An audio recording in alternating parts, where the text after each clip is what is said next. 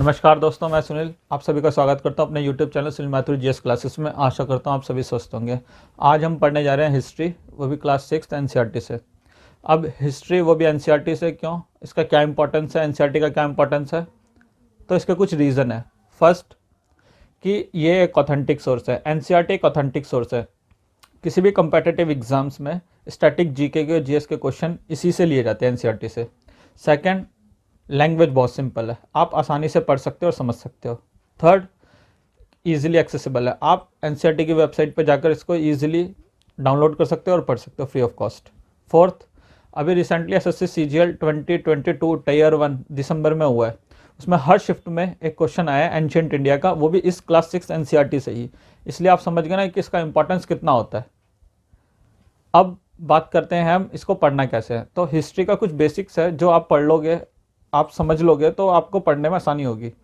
अब वो क्या है, जैसे कि हम मैथ्स में पढ़ते हैं कि मैथ्स के लिए हमें क्या चाहिए थे, टेबल से याद करने होते हैं, एडिशन सब्ट्रैक्शन हमें आता है। तो ऐसे ही तभी हम इजीली मैथ्स के कैलकुलेशन सॉल्व कर पाते हैं ना, ऐसे ही हिस्ट्री का भी है। अगर हम हिस्ट्री के जो कुछ बेसिक्स है वो क्लियर कर लेंगे ना, तो हमारे को हिस्ट्री में क्रोनोलॉजी समझने में आसानी होगी और हमें रट्टा मारने की जरूरत नहीं पड़ेगी। ये जो हिस्ट्री है वो सिर्फ लॉजिक्स पे बेस्ड है, आपको कहीं पे भी रट्टा मारना नहीं पड़ेगा। तो इसलिए हम अब उसको स्टार्ट करने से पहले ना एक स्टोरी है, जैसे हम वेब सीरीज़ मूवीज़ देखते हैं ना, उसी हिसाब से आप ये समझिए कि मैं एक स्टोरी देख रहा हूँ। जब एनसीईआरटी स्टार्ट होगी तब आपको मैं बताऊंगा कि आपको अब यहाँ से पढ़ना है और इस पर कॉन्सेंट्रेट करना है। अभी मैं एक स्टोरी आपको समझाना चाहता हूँ, आप इसको एक स्टोरी की तरह समझिए कि हमारा जो इवोल्यूशन है, हमारा कैसे इवोल्यूशन हुआ, हम कहाँ से यहाँ पहुँचे। आज हम ह्यूमन है, ह्यूमन बीइंग है, जिसे हम कहते हैं होमो सेपियंस है। तो हम कैसे बने, उसका एक अपना इतिहास है, इसलिए हमें इतिहास पढ़ना पड़ता है। तो यही एक स्टोरी के रूप में आपको समझाऊंगा और आपको अच्छा लगेगा जानकर। फिर आप इनको चीज़ों के साथ रिलेट करोगे, हिस्ट्री के साथ, तो आपको आसानी से चीज़ें याद होने लगेगी। अब बात करते हैं हमारी स्टोरी स्टार्ट कहाँ से होती है। तो हमारी स्टोरी स्टार्ट होती है कई करोड़ों साल पहले, जब बिग बैंग के थ्रू यूनिवर्स का फॉर्मेशन हुआ। उसके बाद स्टार्स, सन फॉर्मेशन हुआ। उसके कई करोड़ों साल बाद क्या हुआ कि हमारे ओशियन और कॉन्टिनेंट्स बने। अब ओशियन कॉन्टिनेंट्स बन गए, अब एक ब्लू ग्रीन एल्गी इवॉल्व हुई ओशियन में। उसके कई करोड़ों साल बाद लाइफ फॉर्म इवॉल्व होती है अर्थ पर, जो कि एक फ़िश के रूप में होती है। अब एक्वेटिक लाइफ आ गई फ़िश के रूप में। अब जो सराउंडिंग्स में जो टेरेस्ट्रियल लैंड है, वहाँ पर धीरे धीरे छोटी छोटी ग्रासेस और शब्स उगने लगे, मतलब छोटी छोटी घास और झाड़ियाँ उगने लगेंगी, जिसके कारण एम्फीबियंस हुए, जो कि एक्वेटिक में भी मतलब पानी में भी रह सकते थे और ज़मीन पर भी रह सकते थे। अब उसके बाद कई करोड़ों साल बाद रेप्टाइल्स आए। रेप्टाइल्स के बाद आए डायनासोर एज। अब हमें पता है कि डायनासोर एज में डायनासोर दो तरीके के थे, हर्बीवोर्स भी थे, कार्निवोर्स भी थे, यानी कि शाकाहारी भी थे, मांसाहारी भी थे। अगर शाकाहारी थे तो यानी कि आसपास वहाँ पर वातावरण में, उस एनवायरनमेंट में वहाँ पेड़ पौधे होंगे जिसको खाकर वो सर्वाइव कर पाए, नहीं तो वो नहीं कर पाते। अब हमें उनके फॉसिल मिले हैं तो हमें पता चला ना कि इतने बड़े बड़े जानवर उस ज़माने में रहे हैं जो शाकाहारी थे, तो हम इससे चीज़ों को कोरिलेट कर पाए। अब उसके बाद कई साल बाद अलग अलग प्रजाति के पेड़ पौधे उगने लगे, जिन पे फल आए, फूल आए। और उसके बाद सबसे इम्पॉर्टेंट जो हमारी स्पीशीज़ है एप्स की, वो आई। उसके अंदर दो प्रजाति है, पहला एक बंदर, दूसरा है चिंपैंजी। अब जो हमारा जो इवोल्यूशन हुआ है ना, हम जो होमोसेपियंस यानी कि मनुष्य जो हम बने हैं, वो किससे बने, वो चिंपैंजी से बने हैं। अब चिंपैंजी से लेके चिंपैंजी से और आज के होमोसेपियंस तक एक बहुत लंबी प्रोसेस थी, बहुत लंबा इवोल्यूशन हुआ हमारा, तब जाके हम होमोसेपियंस बने हैं। हम अब बात करते हैं कि जो हमारी होमोसेपियंस की होमो जो फैमिली है, हम उसमें आए कहाँ से, उसकी जो लास्ट जो फैमिली थी वो कौन सी थी। चिंपैंजी से लेके होमो तक की बहुत सारी फैमिली थी, हम सारी कवर नहीं करेंगे, हम एक लास्ट वाली कवर करते हैं कि चिंपैंजी से हमारा जो इवोल्यूशन है, हम आ गए ऑस्ट्रेलोपिथेकस में, जो हमारी लास्ट फैमिली थी। अब इस लास्ट फैमिली के अंदर ऑस्ट्रेलोपिथेकस में क्या था कि अब हमारे जो जो ऑस्ट्रेलोपिथेकस थे ना, उनके दो हाथ ऐसे थे, मतलब जुड़े हुए थे, और पैर यूं थे। तो वो दो हाथ और दो पैर वो चारों यूं चलते थे, झुक के ही चलते थे, पर उनके हाथ यूं थे। जब मनुष्य ऑस्ट्रेलोपैथिकस से होमो हेबिलस बना तो हमारा क्या इवोल्यूशन हुआ, हमारा इवोल्यूशन हुआ अंगूठा। ये एक यूनिक इवोल्यूशन था जो हमें डिफरेंट बनाता है ऑस्ट्रेलोपिथेकस से। ऑस्ट्रेलोपिथेकस के पास सिर्फ पंजे थे, वो भी ऐसे थे, और वो चिंपैंजी फैमिली से हमें अलग करता है। जब मनुष्य के 2 अंगूठे आए तो हम होमो हैबिलिस कहलाए, यानी हमारी जो फैमिली वो चेंज हुआ, हम होमो हैबिलिस कहलाए। अब होमो हैबिलिस के 2 अंगूठे आ गए पर उसके हाथ ऐसे ही हैं और 2 जो पैर है वो भी ऐसे ही, तो वो झुक के अब भी चलता है, चारों अपने पैरों से चलता है वो अब भी। पर लेकिन जब आज का जो मनुष्य है वो 2 पैरों पे चलता है, तो वो उसमें कैसे फॉर्म हुआ? तो जब हमारा होमो हैबिलिस से हम होमो इरेक्टस हुए, यानी कि जो 4 पैरों की जगह जब हम सीधे खड़े हो गए 2 में, कि अब हमारे 2 हाथ हैं और 2 पैर है और अंगूठा है, और हम सीधे खड़े होके, स्ट्रेट खड़े होके हम चल पा रहे हैं, तो वो फॉर्म थी होमो इरेक्टस की। हम सीधे खड़े हुए और हमारे अंगूठे दोनों, और हम चलने लगे पैरों से। जब हम होमो हैबिलिस यानी कि 4 पैरों से हम 2 पैरों पे आए, होमो इरेक्टस बने, 2 पैरों पे आए, तो हमने अपने आप को इवॉल्व किया। अब होमो हैबिलिस के बाद होमो इरेक्टस के बाद कौन सी फॉर्म आती है? होमो सेपियंस, जो कि आज हमारी फॉर्म है। हम यानी कि ऑस्ट्रलोपिथिकस के बाद होमो हैबिलिस में गए, होमो हैबिलिस से हमारे अंगूठे इवॉल्व हुए, फिर हम होमो इरेक्टस में हम सीधे खड़े हुए, और आज का जो मनुष्य वो होमो सेपियंस ऐसे बना। ये हो गई कि हम मनुष्य कैसे बने। पर अब हम मनुष्य बन गए, अब उसके बारे में हमें कैसे पता चला? तो हमें पता चला कि इंडिया में एक जगह है, एमपी में हथनौरा साइट, और तमिलनाडु में एक जगह ओडई। अब यहाँ पे जो 2 साइट में जब आर्कियोलॉजिस्ट ने डिस्कवर किया तो पता चला कि यहाँ पर होमो इरेक्टस के फॉसिल मिले। तो अब हमें पता चला कि हाँ ऐसी ऐसी चेंजेस आई हैं एवोल्यूशन में, ह्यूमन एवोल्यूशन में, तब जाके हम होमो सेपियंस बने हैं।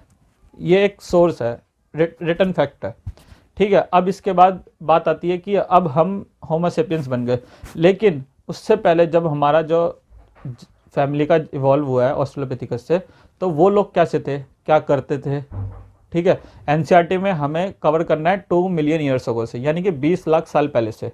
अब 20 लाख साल पहले से ऑस्ट्रलोपिथिकस की एज होती है, उसके बाद फिर हम इसमें आ जाते हैं होमो हैबिलिस में, होमो हैबिलिस से होमो इरेक्टस, फिर होमो सेपियंस, ये फॉर्म है। तो आज का जो मानव वो पहले के मानव से कैसे भिन्न था, यही कहानी है कि हमें हिस्ट्री में जो पढ़नी है। उस टाइम पे कुछ चीज़ें बेसिक्स में, उस टाइम पे क्या था कि हमारा जो, अब एक क्वेश्चन ये आता है कि हमारे जो why do we have hairs, कि हमारे जो बाल हैं वो क्यों है, और हमारे सर पे इतने बाल हैं पर बॉडी पे बाल नहीं है। देखो बॉडी पे हमारे छोटे बाल हैं, पूरी बॉडी पे हमारे कम बाल हो गए, पर सर पे ज़्यादा। ऐसा क्यों? उस ज़माने में उस ज़माने में जब ऑस्ट्रलोपिथिकस थे और हम अर्ली ह्यूमंस थे, यानी कि होमो हैबिलिस थे, तो क्या हम पे हेयर्स नहीं होंगे? उस टाइम पे हेयर्स थे, और जब हमारे उस टाइम पे हेयर्स थे, पूरी बॉडी पे हेयर्स थे, हमारी एक अच्छी, मतलब एक अच्छा, वो कहते हैं ना फर था, फर टाइप के थे हम, ताकि उस टाइम पे हमें एनवायरनमेंट, वो बहुत फ्रीजिंग एनवायरनमेंट था, हमें वो ठंडे से बचाने के लिए हमारे उस टाइम पे बाल बहुत ज़्यादा थे।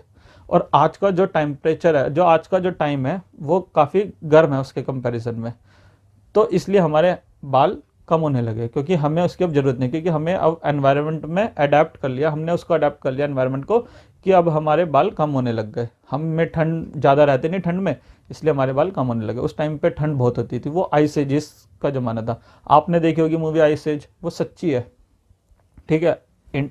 जो लाइफ अर्थ पे जो लाइफ फॉर्म्स हुई हैं उनमें ये फॉर्म आइस एज, फिर वार्मर, फिर आइस एज, फिर वार्मर, ऐसे कंडीशन बनी है कि पहले कुछ 1000 साल तक आइस एज रहा, उसके कई 1000 साल बाद वार्म हुआ टेम्परेचर, फिर आइस एज रहा, फिर वार्म हुआ, तो कंडीशंस ऐसी रही हैं। आइस एज के अंदर टेम्परेचर, मीन एवरेज टेम्परेचर पता है कितना होता था अर्थ का? -40 डिग्री मीन टेम्परेचर। और आज के टाइम पे, आज हम बात करें कि आज अर्थ का मीन टेम्परेचर क्या है, तो आज अर्थ का मीन टेम्परेचर है 15 डिग्री सेल्सियस। और आइस एज के टाइम पे कितना होता था? -40, कभी कभी -100 तक भी चले जाता था। तो इतना टेम्परेचर में डिफरेंस था। आप समझिए कि उस टाइम के लिए जब वो सर्वाइव करे होंगे वहाँ के उस टाइम पे लोग, तो उनकी बॉडी कैसी होगी? थिक होगी, और जो एनिमल्स होंगे वो बहुत बड़े होंगे, और उन पर बहुत ज़्यादा फैट होगा। वो भी, उनके भी फर होंगे, ज़्यादा बाल होंगे, पर उनके भी फैट ज़्यादा होगा। और अगर उनका फैट ज़्यादा है और फर्स ज़्यादा है, तो क्या उनकी स्पीड ज़्यादा होगी या कम होगी? सोचो, उनकी स्पीड कम होगी, क्योंकि उनका वेट ज़्यादा है, ठीक है। अब जब उनका वेट ज़्यादा है, उस टाइम पे हमें खेती करनी तो आती नहीं थी, एग्रीकल्चर तो था नहीं, तो हम सिर्फ हंटर गैदर ही थे कि उनको मारा, खाया, ख़त्म। तो अब हमें अगर किसी जानवर को मारना है या किसी का शिकार करना है तो हम कैसे करेंगे? तो हमारे जो वो टूल्स थे वो कैसे होंगे, मतलब टूल्स मतलब औजार, मतलब कि हम उस टाइम पे उनको मारने के लिए, आज के टाइम पे तो हमारे पास लोहे के चाकू हैं, बस स्टील के कुछ भी मिल जाएगा, पर पहले तो ऐसा नहीं था, पहले तो सिर्फ स्टोन एज थी, पत्थर का ही सब कुछ था। तो उस टाइम पे पत्थर का सामान यानी जो टूल्स थे, स्टोन टूल्स, वो कैसे थे, वो बल्कि थे कि अगर हम उनको मारे तो वो मर जाए एक बार में, हैवी टूल्स थे। पर उसके बाद जो फॉर्म आई, उसके बाद इवोल्यूशन हुआ, उसके बाद क्या हुआ कि हमने धीरे धीरे, जब टेम्परेचर चेंज हुआ, कंडीशन चेंज हुई, एनवायरनमेंट चेंज हुआ, आइस एज से जब वार्मर टेम्परेचर की तरफ अर्थ मूव करता है, तो हम जब मूव करें वार्म टेम्परेचर की तरफ, तो सब चारों तरफ ग्रीनरी आ गई एकदम। जब ग्रीनरी आएगी, आइस पिघलेगी, मेल्ट होगी, ग्रीनरी आएगी, ग्रीनरी से क्या होगा कि बहुत सारे एनिमल्स होंगे और बहुत सारे ग्रीन प्लांट्स होंगे, जिसके कारण एनिमल्स भी बहुत सारे हो जाएंगे, उनकी जनसंख्या बढ़ जाएगी। अब उनकी जनसंख्या बढ़ रही है तो आप सोचो, जिन अब टेम्परेचर डाउन हो रहा है, मतलब कि टेम्परेचर अब गर्म की तरफ जा रहा है, सर्दी से मौसम गर्म हो रहा है। अगर मौसम गर्म हो रहा है तो हमारे हेयर्स कम होंगे, जब हमारे हेयर्स कम होंगे तो एनिमल्स पे भी तो इसका इफेक्ट पड़ेगा। उनका क्या होगा, उनकी जो फैट है वो कम होने लगेगी, उनके जो फर है वो कम होने लगेंगे, उनकी जो बॉडी है वो छोटी होने लगेगी। तो उस टाइम पे, दूसरे टाइम पर, दूसरी जो स्टेज है, उस टाइम पे एनिमल्स छोटे हो गए। एनिमल्स छोटे होने लगे तो अब वो बल्कि टूल क्या अर्ली ह्यूमन कैरी कर सकता था मारने के लिए? अगर जिसकी स्पीड जानवर की तेज है, आप सोचो, अब वो छोटा हो गया, उसका वेट कम हो गया, तो उसकी स्पीड बढ़ेगी या कम होगी? बढ़ेगी। जब स्पीड बढ़ गई तो क्या हम उसको पकड़ सकते? नहीं। तो अगर हम उसको हैवी टूल से मारेंगे शिकार करने के लिए, तो क्या वो हम उसको हैवी टूल्स से ज़्यादा दूर तक फेंक सकते हैं, थ्रो कर सकते हैं? नहीं। तो अब हमें ज़रूरत पड़ी छोटे टूल्स की। तब हमने माइक्रोलिथ बनाने स्टार्ट किए, माइक्रोलिथ यानी कि छोटे स्टोन टूल्स। अब जब छोटे स्टोन टूल बनाए तो हमने उनका शिकार करना स्टार्ट किया, जैसे कि बोज, एरो मतलब धनुष, कमान, भाला इत्यादि। लकड़ी के उसके पीछे हमने स्टोन टूल लगा दिए, पतला करके, पैना शार्प एज करके टूल बना दिए छोटे छोटे चिप फॉर्म में, ताकि उसको हम दूर से फेंक सकें तो हम उसका शिकार कर सकें। अब हमें उस टाइम पे इसकी ज़रूरत थी तो हमने ये कर लिया। अब एक एज आती है एग्रीकल्चर की, जब मनुष्य एग्रीकल्चर प्रोड्यूस करने लगता है। अभी तक तो हम हंटर गैदर है, ठीक है। अब एक स्टेज आएगी कि एग्रीकल्चर इवॉल्व होगा अर्थ पर। जब एग्रीकल्चर इवॉल्व होता है, अब यही टाइम ऐसा है कि जहां सबसे बड़ी कॉन्सेप्ट क्रिएट होने वाला है कि हम पॉलिटी, जो हम कहते हैं ना, पॉलिटी कहाँ से स्टार्ट हुई है? Polity, early state, early polity यहीं से स्टार्ट हुई है, एग्रीकल्चर से। सब कुछ यहीं से हुआ। इनइक्वालिटी हमारे देश में या हमारे यहाँ सब जगह पूरी पृथ्वी पे इनइक्वालिटी जो बनी, कहाँ से बनी? वो एग्रीकल्चर की वजह से। क्यों? बेसिक ही यही है। जब हमने खेती करना सीखा, तो मान लो हम 5 जने हैं, ABCDE, ठीक है। अब 5 जने खेती कर रहे हैं। अभी तो हमें पता नहीं है, कई हजार सालों से हमें पता ही नहीं है, हम सिर्फ पैटर्न फॉलो कर रहे हैं कि ऐसा होता है कि ये इस सीज़न में ये गेहूं हो जाता है, इस सीज़न में चावल हो जाते हैं। हमें सिर्फ गेहूं के बीज के बारे में पता है, ये गेहूं है और ये चावल है, हमें बस ये पता है कि ये गेहूं, ये चावल है। हम जब खेती करने लग रहे हैं, ये कई हजार सालों तक हमें पता ही नहीं था। हम धीरे धीरे ट्रायल किया, फिर एरर, ट्रायल ऐसे करते रहे, तो हमें काफ़ी टाइम बाद पता चला कि हम इसको कैसे बो सकते हैं। अगर हम एग्रीकल्चर में जा रहे हैं तो हमें एक स्थायी परमानेंट जगह पर रुकना पड़ेगा, क्योंकि खेती एक दिन में नहीं होती, उसको टाइम लगता है।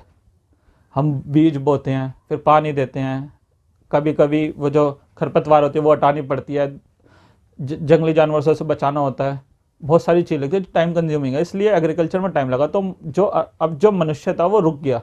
जो पहले हंटर गैदर था, अब वो प्रोड्यूसर हो रहा है, ठीक है।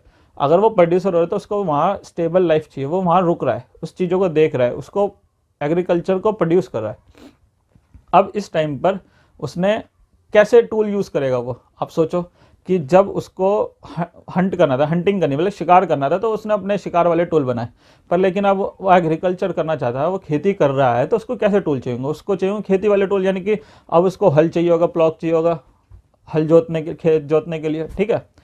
उसको चाहिए होगी वो सीकल, ठीक है। एक चाहिए होगी कुल्हाड़ी, चाहिए होगी, बहुत सारी चीज़ें चाहिए होंगी जो उसको एग्रीकल्चर में यूज़ कर सके, ताकि वो जो प्रोडक्शन है उसको बढ़ा सके।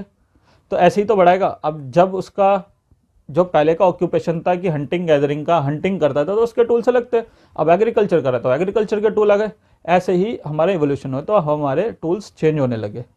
पहले हमारे टूल्स लकड़ी के थे, स्टोन के थे, लकड़ी। अब उसके बाद धीरे धीरे वो कॉपर के आएंगे, कॉपर के बाद आयरन एज आएगी। ऐसे ही कहानी चलती रहेगी। अब एक बात और है कि भाई हम समझ रहे हैं ये सब हो रहा है, पर लेकिन ये हो कहाँ रहा है, ज्योग्राफी के हिसाब से कहाँ हो रहा है। सब चीज़ होंगी, जितनी भी साइट सब हम कवर करेंगे मोस्टली रिवर वैलीज के पास होंगी सारी। क्यों? क्योंकि हम बिना खाए 7 से 8 दिन तक रह सकते हैं, पर बिना पानी के हम नहीं रह सकते।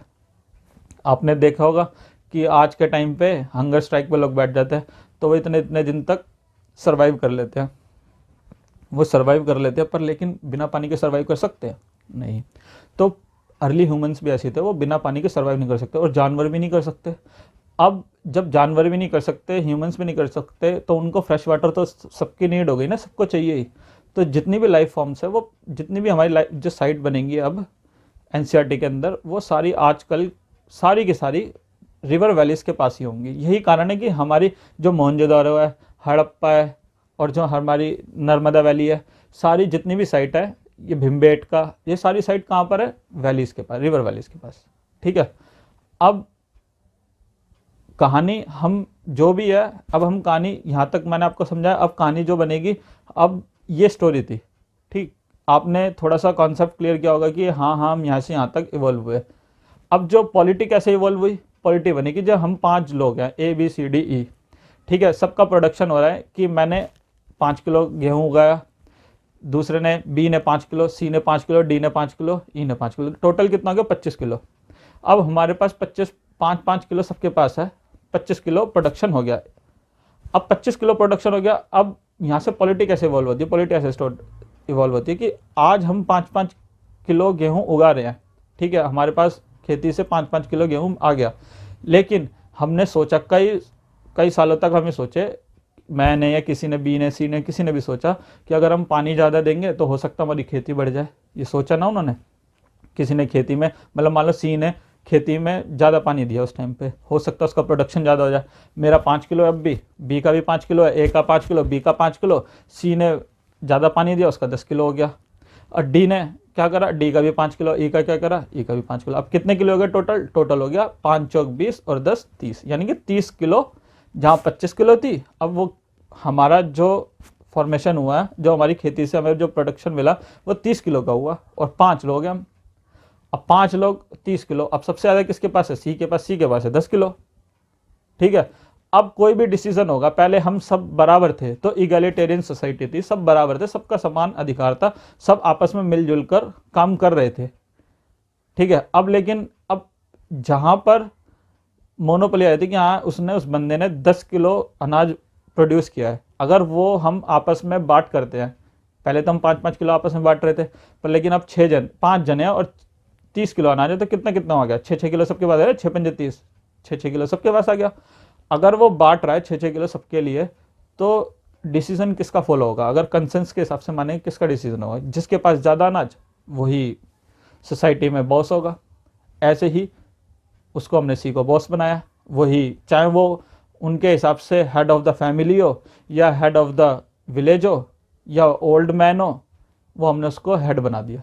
यहीं से फॉर्मेशन होती है अर्ली स्टेट और अर्ली पॉलिटी की। रिलीजियन, आज हम देखते हैं कि बरियल्स का जो, मतलब कि दफना देते हैं, बरियल्स का एक तरीका है, ठीक है। अर्ली ह्यूमंस क्या करते थे? क्या वो बरियल्स में बिलीव करते थे? स्टार्टिंग में तो उनको पता ही नहीं था, वो ऐसे ही छोड़ देते थे, और इतनी पॉपुलेशन भी नहीं थी, तो कोई फ़र्क भी नहीं पड़ता था। पर धीरे धीरे जब हम इवॉल्व होने लगे, तो हमने चीज़ों को समझना स्टार्ट किया। अब वो समझेंगे कैसे सब चीज़ों के बारे में? वो सब चीज़ों का तरीका ही एक था, क्रेनियल कैपेसिटी। अभी क्रेनियल कैपेसिटी क्या है? क्रेनियल कैपेसिटी है कि हमारे जो दिमाग, स्कल, ये, ठीक है, अगर हम आज इसको फोड़े, बीच में से 2 हिस्से करें, तो इसमें जो कैपेसिटी वॉल्यूम होगा ना, इसका हमारे ह्यूमन स्कल का जो क्रेनियल कैपेसिटी होगी, वो होगी 1400 टू 1450 क्यूबिक सेंटीमीटर, यानी 1400 से 1450 क्यूबिक सेंटीमीटर। ये हमारे क्रेनियल कैपेसिटी है। जो अर्ली ह्यूमंस थे उनकी कितनी थी, ऑस्ट्रेलोपिथेकस की कितनी थी, उसकी थी 300 से 400, और जो होमो हैबिलिस थे उसकी कितनी थी, 700 से 800, और जो क्या नाम है, जो हमारे होमो इरेक्टस थे उसकी कितनी थी, 1100 से 1200, और अर्ली जो हम बने होमो सेपियंस उनकी कितनी हुई, 1400 से 1450। ठीक है, कहीं कहीं बुक्स में 1500 भी लिखा होगा। तो इतनी हमारी क्रेनियल कैपेसिटी है। लेकिन अब आप सोचेंगे, हम जब मैंने आपको बताया कि हम जब पुराने ज़माने में थे तो हमारे को भारी टूल्स की ज़रूरत थी, और उस टाइम पे कौन सा एज थी, ऑस्ट्रेलोपिथेकस की और होमो हैबिलिस की, तो हमारी बुद्धि उस टाइम पे छोटी थी, हमारी क्रेनियल कैपेसिटी कम थी, तो हम इसलिए हम उस टाइम पे वैसे टूल्स बना पाए। लेकिन जैसे जैसे हम इवॉल्व हुए हमारी क्रेनियल कैपेसिटी बढ़ी। आज का जो ह्यूमन है होमो सेपियंस, उसने स्काई जो हमारी जो स्काई साइंस है, रॉकेट साइंस है, हम वो समझ गए। स्पेस में हमने रॉकेट भेज दिए, ठीक है, हमने एक न्यूक्लियर बॉम्ब बना दिया कि अगर हम 1 मिनट में अगर न्यूक्लियर बॉम्ब गिर देते तो लाखों लोग मर जाएंगे उससे, पर लेकिन किसी कारण हम कैंसर का क्योर नहीं कर पा रहे। ठीक है, हमने कोरोना की भी वैक्सीन बना ली। कुछ चीज़ें जो हम कर पाए और कुछ चीज़ें जो नहीं कर पाए, तो वो कहाँ से हमारे को ये शिक्षा, मतलब हम कहाँ से उसको सीख पाए, ये क्रेनियल कैपेसिटी से, कि हमने अपने आप को इवॉल्व किया और हम अपना जो ब्रेन है अच्छा यूज़ कर रहे हैं चीज़ों को यूज़फुल बनाने के लिए। अब आप सोचोगे कि जिसकी ज़्यादा क्रेनियल कैपेसिटी उतना ही ज़्यादा अच्छा दिमाग, उतनी ज़्यादा अच्छी नॉलेज, पर ऐसा नहीं है। अगर इस हिसाब से देखा जाए तो हाथी की सबसे बड़ी है क्रेनियल कैपेसिटी, उसका दिमाग देखा अपने कितना बड़ा हो गया, तो क्या वो हमसे भी ज़्यादा बुद्धिमान है? नहीं। ऐसा क्यों? क्योंकि ये जो ये स्वीट स्पॉट है ना 1400 से 1450 वाला, ये बहुत एक इम्पॉर्टेंट और इफेक्टिव स्पॉट है। हम बुद्धिमान सिर्फ इसी क्रेनियल कैपेसिटी में हुए, जो अगर हम इससे ज़्यादा हुए तो हम डम हो गए, और इससे कम जिसकी भी क्रेनियल कैपेसिटी हुई तो डम हो गया। जैसे कि अर्ली ह्यूमंस को देख लो आप, होमो हैबिलिस को देख लो, ऑस्ट्रेलोपिथेकस को देख लो, होमो इरेक्टस को देख लो, चिंपैंजीज को देख लो, वो हमसे डम है, उनकी क्रेनियल कैपेसिटी कम थी। और हमसे जितने बड़े हुए 1400 से 1450 से जिनकी भी क्रेनियल कैपेसिटी ज़्यादा है वो भी डम है। आप हाथी को देख लो। तो इसका लॉजिक ये है। इसी कारण से जो अर्ली ह्यूमंस के जो टूल्स थे ना, वो उन्होंने उस हिसाब से इसीलिए बनाई क्योंकि उस टाइम पर वो इवोल्यूशन चल रहा था, तो वो होमो हैबिलिस और ऑस्ट्रेलोपिथेकस के फॉर्म में थे, तो उस टाइम पर उनको वैसी ही टूल्स की जरूरत थी और उनकी बुद्धि इतनी थी कि उतना उनको जरूरत थी, उन्होंने ऐसे इवॉल्व किए। पर जैसे जैसे हम होमो सेपियंस हुए, होमो इरेक्टस के बाद होमो हैबिलिस के बाद होमो इरेक्टस, फिर होमो सेपियंस जैसे बने, तो हम अपने इवोल्यूशन करते गए और अपने टूल्स में भी हम वो चीज़, मतलब जो ग्रेजुअल जो चेंजिंग है वो करते गए। धीरे धीरे तो हम इवॉल्व हुए और धीरे धीरे हमने चेंजिंग करना स्टार्ट किया। हमने पहले सिंपल क्रूड जो हमारे टूल्स है वो बनाए, उसके बाद सोफिस्टिकेटेड टूल बनाए, उसके बाद हमने बिल्कुल मॉडर्न टूल्स बनाने स्टार्ट कर दिए, बिल्कुल शार्प एज वाले। तो ये क्रेनियल कैपेसिटी से ही हमें पता चला। हमारा कोई रिटर्न सोर्स तो था नहीं हम पे कि इतने साल पहले फलानी जगह पे ऐसा लिखा था और हमने उसको पता करा, ऐसा तो नहीं था ना। तभी हमें सिर्फ ये नॉलेज कहाँ से मिली, सिर्फ जानकारी हमें टूल्स के बेसिस पे मिली, हमारी क्रेनियल कैपेसिटी से मिली। और इसका जो क्रेडिट जाता है वो आर्कियोलॉजिस्ट को जाता है, जिन्होंने फाइंड आउट किया कि हमारे इंडिया में फॉसिल मिला है होमो इरेक्टस का। इसी से हमें पता चला कि वो लोग इस टूल का उपयोग कर रहे थे। उस टाइम पर ऐसा एनवायरनमेंट था, उस टाइम पे वो लोग वहाँ रहे, उस टाइम पे उन्होंने ये किया, तो हम सब चीज़ें गैदर कर पाए। हिस्ट्री में 3 चीज़ें है, प्री हिस्ट्री, प्रोटो हिस्ट्री और हिस्ट्री। अब प्री हिस्ट्री तो यही कहानी है कि इवोल्यूशन हमारा कहाँ से कहाँ तक हुआ, हम इवॉल्व कैसे हुए, ये प्री हिस्ट्री है। क्योंकि इसके अंदर कोई भी फैक्ट नहीं है, आपका कोई रिटर्न सोर्स नहीं है, यहाँ सिर्फ आर्कियोलॉजिकल फैक्ट्स मिलेंगे, आपको मटेरियल थिंग मिलेंगी। जैसे कि अभी मैंने बताया कि हमारे जो स्टोन टूल्स थे वो हमें मिले, स्टोन टूल्स, अर्ली ह्यूमंस के स्टोन टूल्स मिले, हमने फाइंड आउट किया, एक्सकेवेट किया, मतलब ज़मीन के नीचे खोदा, उसके नीचे से हमें टूल्स मिले, तो वो हमें बताते हैं कि ये प्री हिस्ट्री का टाइम है। अब प्रोटो हिस्ट्री क्या है कि अब ज़रूरी थोड़ी है कि ह्यूमन होमो सेपियंस तो बना, क्या वो बोलता नहीं होगा, वो बोलते भी थे, बात भी करते थे, उन्होंने उनकी भाषा भी थी, उन्होंने लिखा भी। अब जो भाषा उन्होंने लिखी वो हमारे टाइम पे हम आज नहीं समझ पा रहे हैं, पर उस टाइम पे वो लोग आपस में अपनी भाषा तो समझते थे, उन्होंने भाषा तो बनाई कम्युनिकेट करने के लिए एक दूसरे से।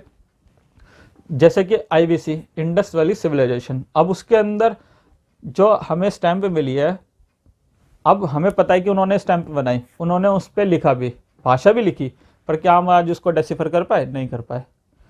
उनके पास भाषा थी, वो बोलते थे, चलते थे, लिखा भी उन्होंने, पर हम उनको डेसिफर नहीं कर पाए ना, हम उनको पढ़ ही नहीं पाए।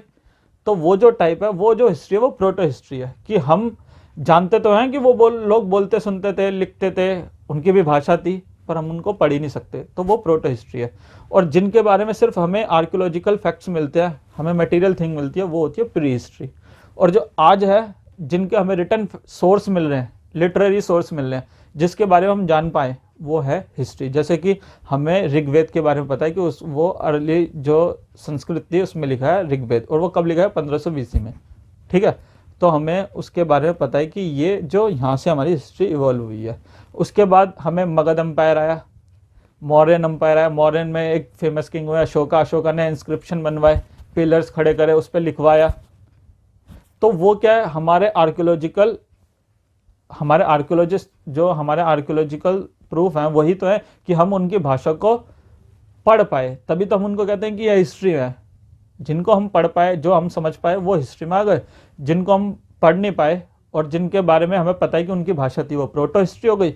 और जिनके बारे में हमें मटेरियल थिंग मिलते हैं, वो प्री हिस्ट्री। ये सिर्फ एक बेसिक कहानी यहाँ तक की थी। अब हम NCERT स्टार्ट करेंगे। आशा करता हूँ आप सभी को समझ आई होगी ये चीज़ें। अब जब हम NCERT पढ़ेंगे ना, तो हमें चीज़ें क्लियर हो जाएगी कि हमारे जितनी भी साइट्स मिलेगी, वो रिवर वैली के पास क्यों मिलेगी। तो आपको आसानी होगी जानने में कि रिवर वैली ही क्यों, क्योंकि अर्ली ह्यूमंस वहाँ पर रहे और खाना आसान था पाने के लिए वहाँ पर, क्योंकि एनिमल्स भी थे और पानी भी था, फ्रेश वाटर सर्वाइव करने के लिए। इसलिए अर्ली ह्यूमंस नेचुरल जो रिवर्स हैं वहाँ पर रहे। अब हम जैसे जैसे आगे बढ़ेंगे हिस्ट्री में, सब चीज़ें आपको क्लियर होने लगी। एक एक चीज़ लॉजिकल है। जैसे अर्ली बरियल्स क्यों हुए? जो बरियल्स हुए ह्यूमन ने इसलिए करे कि उनको पता ही नहीं था। अब वो पहले तो बॉडी को ऐसे ही छोड़ देते थे, उसके बाद कई साल बाद उन्होंने सोचा कि भाई जब उनकी क्रेनियल कैपेसिटी बढ़ी, तो उन्हें लगा कि अगर हम इनको ऐसे छोड़ देंगे, बॉडी डिकम्पोज होगी, जिसके कारण डिसीज़ फैलेगा और हो सकता है कुछ लोग मर भी जाएं और हमें इसका इफेक्ट पड़ेगा। तो उन्होंने सोचा चलो ऐसा करते हैं, इसको ना गड्ढा खोद के इसको दबा देते हैं। तो वो एक सेंस था हाइजीन के लिए, और वो इफेक्टिव था काफ़ी। तो उन्होंने वो किया, उससे उनको असर हुआ कि कोई भी डिसीज़ नहीं फैली, एपिडेमिक नहीं हुआ वहाँ पर, और वो सर्वाइव कर पाए। अब उन्होंने इस चीज़ को रिचुअल में बना दिया। कैसे? कि अब लोगों को आगे जाके हमें पता चला कि हमने जो एक्सकेवेट की साइट्स, वहाँ पर जो बरियल्स थे उसके अंदर बहुत सारी मटेरियल चीज़ें मिली, उसमें पॉटरी मिली, उसमें कभी कभी एनिमल्स भी मिले, कि वो सोचने लगे कि आज की लाइफ के बाद भी एक और लाइफ है, आगे जहाँ ही जा रहे हैं कि अर्ली लाइफ, अगले नेक्स्ट लाइफ है, तो वहाँ पर इन चीज़ों की इनको ज़रूरत हो सकती है। तो वो रिचुअल की तरह हम यूज़ करने लग गए। ये बरियल्स की कहानी है। ऐसी रिलीजन फॉर्म हुआ। आज हम बोलेंगे रिलीजन में कि सबसे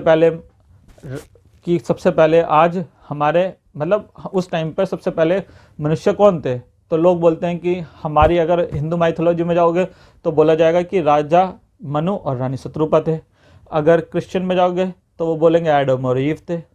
तो ऐसी ही कहानी, पर ऐसा नहीं था उस टाइम पे। हम चिंपैंजी से इवॉल्व हुए हैं धीरे धीरे, फिर ऑस्ट्रेलोपिथेकस, ये सब इवोल्यूशन हो गया, होमो सेपियंस बने।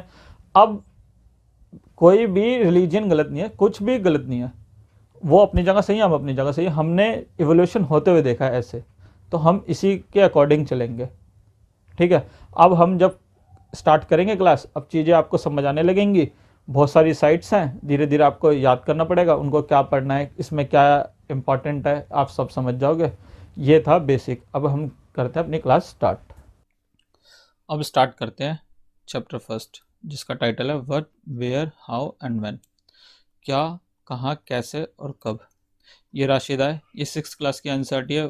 क्वेश्चंस के हिसाब से बनाया हुआ है कि वो क्वेश्चन पूछ रही है और उसके आंसर एनसीईआरटी में दिए गए हैं। तो हमें यहाँ से पढ़ना है, ये दोनों आप पढ़ लेना, हमें यहाँ से पढ़ना है। What can we know about the past, हम पास्ट के बारे में क्या जान सकते हैं। बहुत सारी चीज़ें हम जान सकते हैं। There are several things we can find out.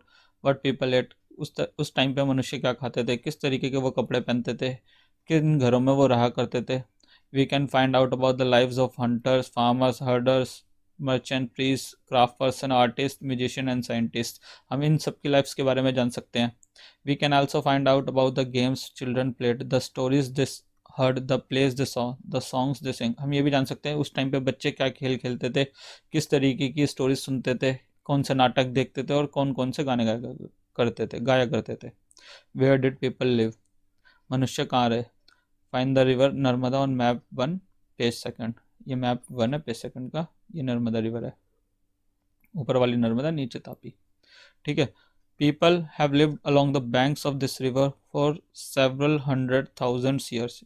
यहाँ के अर्ली मनुष्य यहाँ पहले से ही रह रहे थे, कई सालों तक रहे। Some of the earliest people who lived here were skilled gatherers, that is people who gathered their food. They know about the vast wealth of the plants in the surrounding forest and collected roots, fruits and other forest produce for their food. They also hunted animals. जो लोग यहाँ रहते थे इसके surrounding में, ये एक forest होता था ताकि यहाँ से वो अपना सर्वाइव कर सकें। यहाँ से इनको फ्रूट मिलता था, एनिमल्स को हंट कर सकते थे इजीली, और फ्रेश वाटर था नर्मदा नदी में तो वो इजीली अवेलेबल था, इसीलिए यहाँ पर जो अर्ली ह्यूमन था सर्वाइव कर पाया। Now find out the Sulaiman and Kirthar hills to the north west. Sulaiman and Kirthar hill ये है, यहाँ एक इम्पॉर्टेंट साइट है मेहरगढ़। अब वहाँ इम्पॉर्टेंट ऐसा क्या है, ये है some of the areas where women and man first began to grow crops. ये जो एरिया यहाँ पर सबसे पहले खेती स्टार्ट हुई है, जो कि थी वीट एंड बार्ले। वीट यानी गेहूं और जौ की सबसे पहले खेती यहीं स्टार्ट हुई है, जिसका हमें साक्ष्य मिला है मेहरगढ़ में। ये करीब 8,000 साल पहले की बात है, 8,000 years ago, and located here. People also began rearing animals like sheep, goat and cattle and lived in villages. जो मनुष्य था उन्होंने जानवर पालना शुरू किया, शीप, गॉट, कैटल ये सब पाले उन्होंने, और वो गांव में गांव बनाकर रहते थे। ठीक है। लेकिन उससे पहले के जो मनुष्य थे उन्होंने शेर, चीता, तेंदुआ सब पाला, लेकिन वो उनको खा गए। उसके बाद उनको समझ आई कि अब हमें वही चीज़ें पालनी है, वही जानवर पालने हैं जो लेस फेरोशियस हो, जो उन पे अटैक ना करे, जो उनको हार्म ना पहुंचा सके। इसलिए उन्होंने शीप, गोट, कैटल पालना स्टार्ट किया। उन्होंने सब कुछ करा, ट्राई करा, उसके बाद ये स्टार्ट किया। Locate the Garo hills to the north east and Vindhyas in the central India. ये गारो हिल्स है और विंध्यास ये है सेंट्रल इंडिया में। These were some of other areas where agriculture developed. ये जो दोनों जगह हैं यहाँ पर भी एग्रीकल्चर डेवलप हुआ है। अब ये है इंडस रिवर। जितनी भी इंडस वैली सिविलाइजेशन है वो यहीं इसी के किनारे फ्लरिश हुई है, और जो मगध एम्पायर है वो गंगा नदी और इसकी जो ट्रिब्यूटरी सोन इसके आसपास ही में हुआ है। ठीक है, नेक्स्ट पेज।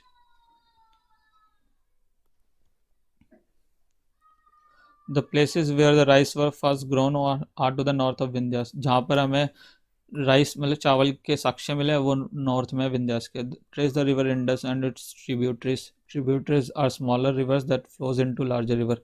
अब इसमें पता चला कि हमें रिवर इंडस को देखना है, और जो ट्रिब्यूटरीज होती हैं वो छोटी नदियाँ होती हैं जो बड़ी नदी में जाके मिलती है। यानी इंडस एक बड़ी रिवर है, उसकी जो सहायक नदियाँ हैं वो झेलम, चेनाब, रवि, सतलुज इसकी ट्रिब्यूटरीज हैं।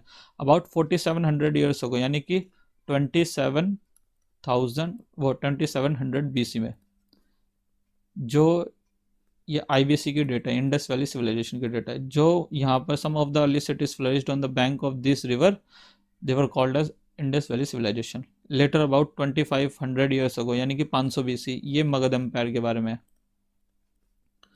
500 BC cities developed on the banks of the Ganga and its tributary along the sea coast।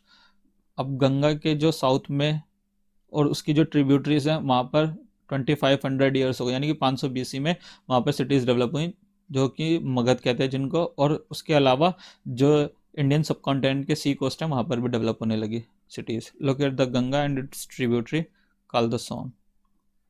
In ancient times, the area along these rivers to the south of the Ganga was known as Magad River, Magad, now lying in the state of Bihar. अब यही question इस साल SSC CGL 2022 tier 1 में आया है कि जो गंगा के दक्षिण में जो एरिया है प्राचीन भारत में उसको क्या कहा जाता था, उसको मगध कहते थे। It's rulers were very powerful and setup a large kingdom. यहाँ के रूलर बहुत पावरफुल थे, उन्होंने बहुत बड़ा राज्य स्थापित किया, किंगडम्स और set up in other parts of the country as well. Throughout, people traveled from one part of the subcontinent to another. The hills and high mountains, including the Himalayas, desert, river, and sea, made journey dangerous at times, but never impossible. So men and women moved in search of livelihood and also to escape from natural disasters like flood or drought. Sometimes men march in armies conquering others' land. Beside merchant traveled with caravan or ships carrying valuable goods from place to place, and religious teachers walked from village to village, town to town, stopping to offer instruction and advice on the way. Finally, some people perhaps traveled driven by a spirit of adventure, wanting to discover new and exciting places. All this led to the sharing of ideas between people. ये normal है। इसमें क्या लिखा है, इस passage में लिखा है कि जब भी इंडियन सब कॉन्टिनेंट में ट्रैवलिंग स्टार्ट हुई from one part two another part, और ये यहाँ पर बहुत छोटी पहाड़ियाँ भी थी, बहुत बहुत बड़े पर्वत भी थे जैसे कि हिमालय, डेजर्ट भी थे, रिवर्स भी थी, जो उस टाइम पर जर्नी को डेंजरस बना। लेकिन वो कुछ भी इम्पॉसिबल नहीं था, अगर आदमी चाहता था वो सब कुछ कर सकता था। उनको आना जाना पड़ा, क्यों? उनको इन सर्च ऑफ लिवलीहुड, रोजगार के लिए, आजीविका के लिए, और नेचुरल डिजास्टर्स से बचने के लिए, जैसे फ्लड और ड्रॉप से बचने के लिए वो एक स्थान से दूसरे स्थान पर जाया करते थे। कई बार जो है मर्चेंट्स कारवां से ट्रैवल करते थे, शिप्स कैरी करते थे, उसमें वैल्यूबल गुड्स था, एक स्थान से दूसरे स्थान ले जाते थे। रिलीजियस टीचर तो जगह जगह जाकर, गांव शहर शहर जाकर अपने मतलब अपनी बात उनको सिखाते थे, शिक्षा देते थे। ये सब इसमें लिखा है। Why do people travel now days? आजकल मनुष्य मतलब क्यों ट्रैवल करते हैं? यही सब कारण है। Look at map once more. Hills, mountain and seas from the natural frontier of the subcontinent. While it was difficult to cross these frontiers, those who wanted could and did scale the mountain and cross the seas. People from across the frontier also came from the subcontinent and settled here. These movement of people enriched our culture, tradition. People have shared new ways of carving stone, composing music, and even cooking food over several hundreds of years. अब ये जो mountains थे, पहाड़ियाँ थी, सी थे, natural frontier थे, ये सब कॉन्टिनेंट में बहुत डिफिकल्ट थे क्रॉस करना पर, लेकिन जो ये करना चाहते थे वो मनुष्य वो कर पाए। फिर ऐसे ही इंडियन सब कॉन्टिनेंट में दूसरे देश के जो लोग थे वो आकर यहाँ बसे, यहाँ आकर वहाँ गए, तो ऐसे ही आइडिया एक्सचेंज हुआ, कल्चर हमारा एनरिच हुआ, हम उनसे कुछ सीखे, वो हमसे कुछ सीखे। ये लिखा है इसमें। Names of the land. अब हमारी कंट्री का जो नाम है इंडिया, दैट इज़ भारत, वो कैसे पढ़ा अब इसमें ये बताया गया इस पैसेज में, ये इंपॉर्टेंट है। तो जब हम पॉलिटी पढ़ेंगे तो उसमें आर्टिकल फर्स्ट ही है, India that is Bharat shall be A union of state. तो हमारे कंट्री के दो नाम है, इंडिया और भारत। तो वो कैसे पढ़ा? वैसे पढ़ा। Two of the words we often use for our country, that is India and Bharat. The word India comes from the Indus called Sindhu in Sanskrit. अब जो इंडस रिवर है उसको संस्कृत में सिंधु कहते हैं, इसी से हमारे देश का नाम इंडिया पड़ा, इंडस रिवर से। अब जो ईरान और ग्रीक के लोग थे, ईरानी और ग्रीक के लोग, Iran and Greeks who came through the north waste about 2500 years ago, यानी कि 500 BC में जो लोग इस इंडस रिवर के बारे में जानते थे, तो वो उसको, जो ईरान के थे वो हिंदोस कहते थे और जो ग्रीक के थे इंडोस कहते थे। और इस जो रिवर के ईस्ट में जो लैंड थी उसको वो कहा जाता था, वो कहते थे इंडिया। इससे हमारा नाम पड़ा है इंडस रिवर से। और जो नेम है भारत, वो कहाँ से पड़ा है? Bharat use for a group of people who lived in the north waste. North west में एक ट्राइब थी, north east west, south west या नॉर्थ वेस्ट में एक ट्राइब थी, भारत ट्राइब, जिसके वजह से वहाँ ग्रुप ऑफ पीपल्स रहते थे। उन्हीं के नाम के बाद जो कि जिसका मेंशन हमें ऋग्वेद में मिलता है। ये सबसे ओल्डेस्ट, अभी अर्लीस्ट कंपोजिशन है संस्कृत का, जो कि एक रिटर्न सोर्स है, हमें मिला है हिस्ट्री के अंदर। उससे पहले अभी तक कोई रिटर्न सोर्स मिले तो बहुत है, पर हम उसको डेसिफर नहीं कर पाए, हम इसको डेसिफर कर पाए, इसलिए हम इसको मानते हैं कि ये हमारा रिटर्न सोर्स है। Later it was use for country. इस ट्राइब को कहते थे भरत ट्राइब, बाद में इसको इंडिया, हमारी कंट्री को रिप्रेजेंट करने के लिए हमने इसको यूज़ किया कि ये भारत है, इससे हम जाने गए भारत ट्राइब से। Finding out about the past. There are several ways of finding out about the past. Past के बारे में बहुत सारे तरीकों से जानते हैं। One is search for and read books that were written long ago. पहला तो यही कि वो बुक्स ढूंढें जिनमें बहुत साल पहले लिखी गई हैं, उनको पढ़ें। These are called manuscripts because they were written by hands. इनको मैन्युस्क्रिप्ट कहते हैं क्योंकि ये हाथ से लिखी गई हैं। लैटिन में लैटिन वर्ड है जिसका मीनिंग होता है मेनू, का मीनिंग होता है हैंड।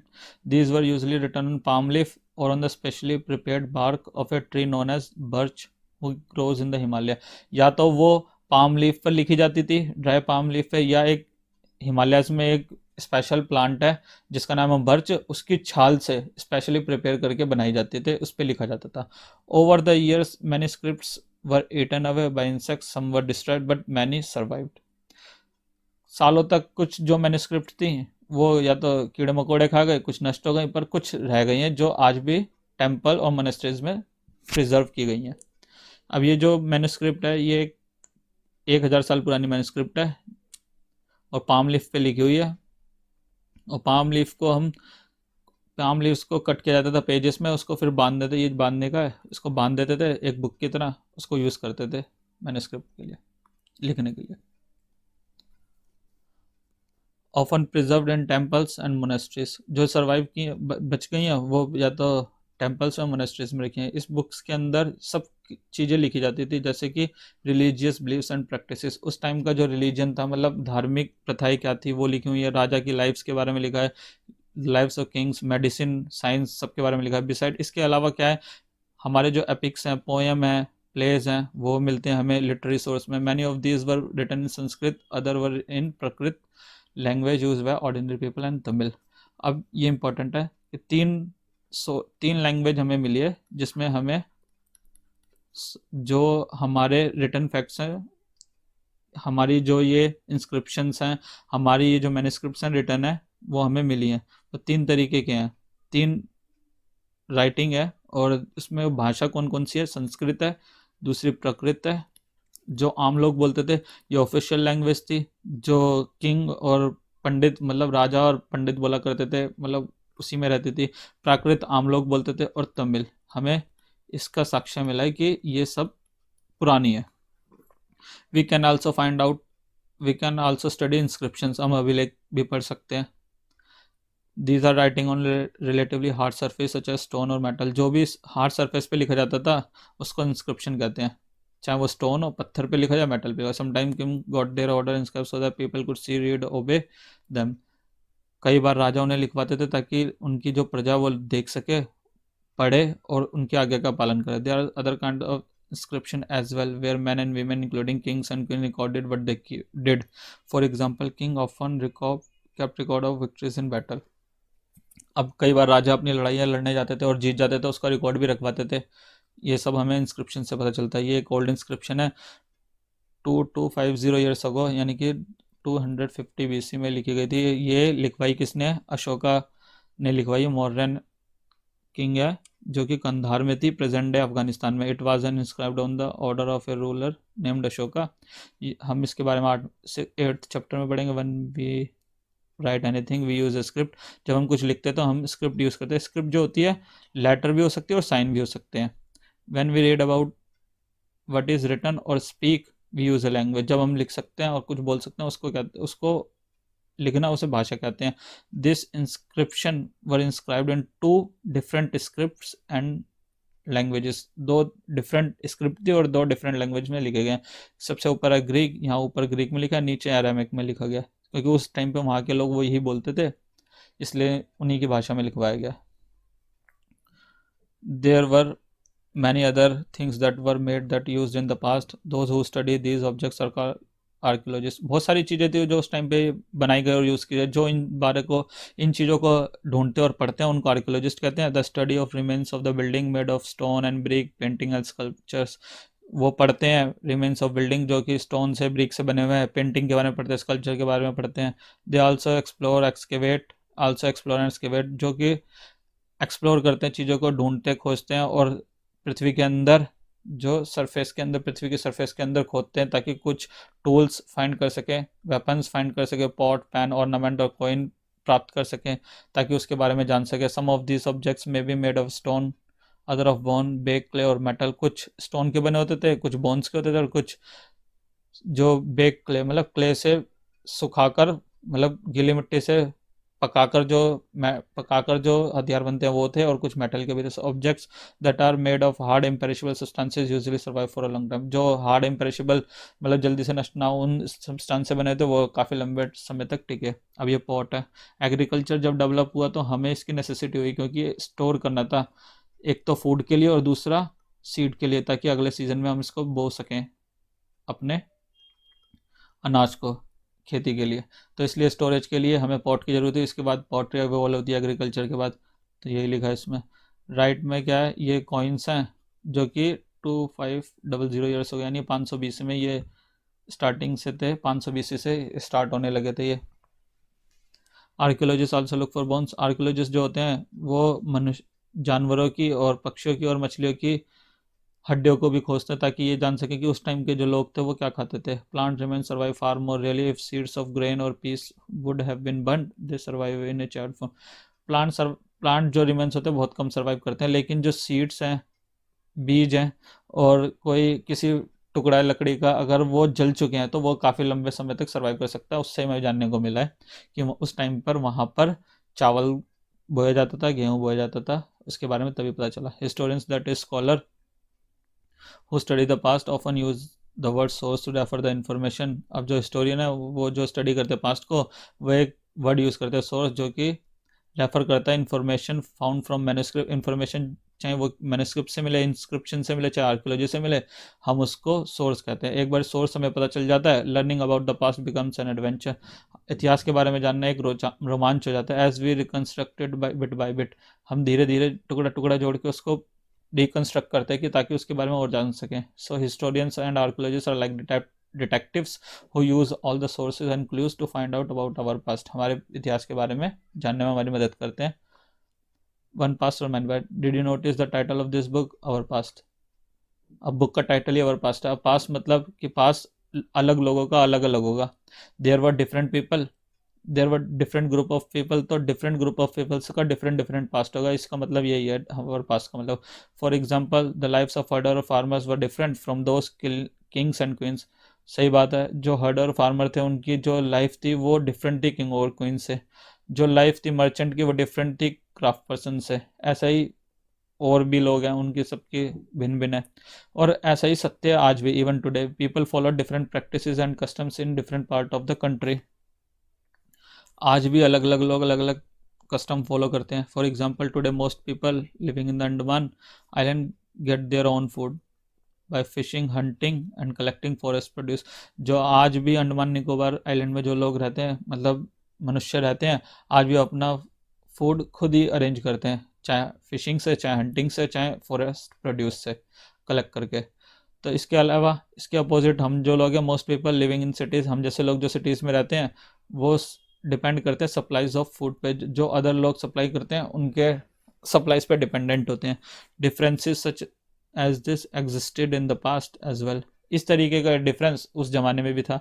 बिसाइड इसके अलावा there is another kind of difference. We know a great deal about kings and battle they fought because they kept record of their victories. Generally ordinary people such as hunter, fishing folk, gather, farmers or herders didn't keep record of what they did. While archaeology help us to find out about their lives, there is much that remain unknown. अब कुछ इसके अलावा भी कुछ चीज़ है, इसके अलावा भी डिफरेंस है कि जो किंग और क्वीन थे उस टाइम पे, राजा महाराजा जो थे अपनी लड़ाइयों का रिकॉर्ड रखवाते थे, लेकिन जो आम लोग थे उनके लिए, जैसे मछुआरे और किसान हो गए, हंटर गैदर हो गए, इनके बारे में कौन रिकॉर्ड रखता है। वो अपनी बातों का कहाँ रिकॉर्ड रख सकते थे भाई, उसके पास तो रिसोर्स है ना राजा के पास, तो वो तो यूज़ कर सकता अपना रिसोर्सेज। तो यही बात है कि उस टाइम पे हम जानने की, आर्कियोलॉजी जानने की कोशिश तो करती है, पर लेकिन अब भी बहुत कुछ रह गया जो हम नहीं जान पाए हैं। What do dates mean. अब डेट्स का मतलब क्या है। If somebody ask you the date you will probably mention the day, month and year. और आज सही बात है, जब हम कहेंगे कि आज डेट क्या है तो हम यही तो कहेंगे, जैसे आज है 12 ऑफ जैन 2023। अब हम क्या बता रहे हैं, पहले डे बता रहे हैं, फिर मंथ बता रहे हैं, उसके बाद ईयर बता रहे हैं। ठीक है। This year are counted from the date generally assigned to the birth of Jesus Christ the founder of Christianity. So 2000 means 2000 year after the birth of Christ. अब जो ये डेट है हमें 20, ये एक यहाँ पर हम 0 को मानते हैं, यहाँ पे जीसस का बर्थ हुआ है। ठीक है। उसके बाद कई साल बाद ये एडी में चलता पीरियड, जो हम ये 2023 बोल रहे हैं, तो ये 2023 का मतलब है after the birth of the Jesus Christ.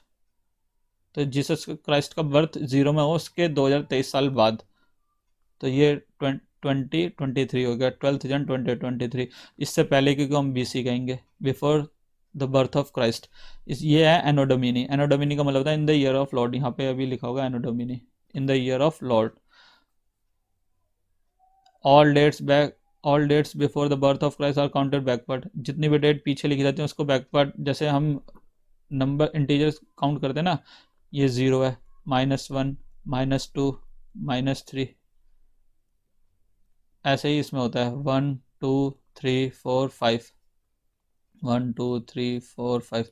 ये AD है, ये BC है।